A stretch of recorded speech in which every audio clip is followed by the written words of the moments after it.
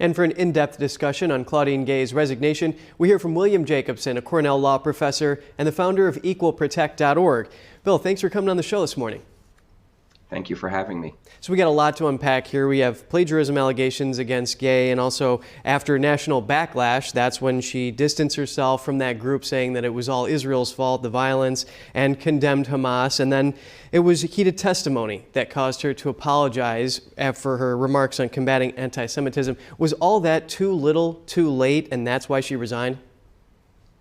Well, I think it was all of that, but it was also the plagiarism accusations, which were very substantial despite what Harvard says. They were not trivial. And when you have the head of an academic organization, probably the most prestigious in the world, who has credibility problems for her own academics, I think that's a problem. So I think it was a combination. I don't think if it was just the anti-Semitism issue, that she would be gone. I think it was a combination of both. That is really interesting you point that out. So what does Harvard have to do now to rebuild its public image? Well, it's very difficult because she was not the problem. She was a symptom of a deeper problem at Harvard and many other elite schools, particularly in the Ivy League, which is that they have embraced a racialization of education under the name of diversity, equity, and inclusion. And it is poisonous throughout the system. It takes away from merit. It takes away from advancement of all people equally without regard to race. And she was a big advocate of that. She was the DEI president. And that is the deeper problem that I don't think Harvard or any of the other schools are ready yet to confront. Can you explain the selection process for a school's president and how it led to a situation like this? Well, it's really baffling how she became the president of Harvard University. She was not an esteemed scholar. She was not a notable person. Nobody really outside maybe of their little circle had ever heard of her. So it's really baffling. And I think that lended itself to issues with regard to her credibility. When her scholarship, her paltry scholarship, was called into question, the question became, why was she picked? And Harvard's never given an answer for that, but it wasn't based on her prior performance or her reputation or her standing in the academic community. And that's the problem. They selected her for other reasons, and hopefully they will select the next person based on their merit and their credibility and their reputation in the community and not other factors. Right, and Gay said that she was the victim of a racist attack surrounding her resignation here. In your view, does that have anything to do with it?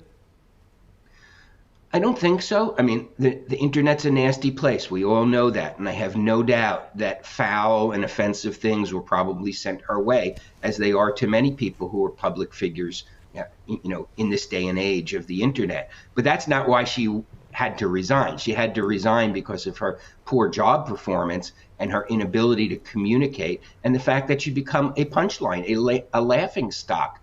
There were all sorts of memes floating around about her plagiarism. So she had lost her credibility, much like Liz McGill at University of Pennsylvania, although not accused of plagiarism, lost her credibility. So you have two presidents, one white, one black, who were both pressured out of office. I don't see how you can claim that Claudine Gay was pressured out of office because of her race. Was the questioning by Representative Elise Stefanik effective in holding accountable the heads of universities who had a questionable response after the October 7th terrorist attacks? Well, I think it was really incredible start. It really put a big spotlight on what's happening on campuses. It can't be the end of the accountability, but it was the beginning. And I think Elise Stefanik and other members of that committee deserve a lot of praise for putting a spotlight on an issue that those of us on campuses know exists, but really hasn't been covered by the media and the general public doesn't know, but they do now. So it was a great first step. And just in a few seconds here, Bill, do you think that Sally Kornbluth, the president of MIT, is now really questioning what she should do at this stage? It doesn't look that way. She immediately got full backing of the board at MIT. She has been out of sight, out of mind for the most part. Whether she will come back into sight and mind, I don't know. But whoever gave her advice to just disappear, essentially, from the public airwaves and to disappear from public view probably gave her very good advice. So I don't know what's going to happen with her, but she certainly didn't make the sort of mistakes that the presidents of UPenn and Harvard made. Law professor at Cornell, William Jacobson, thank you so much for your time on this. Thank you.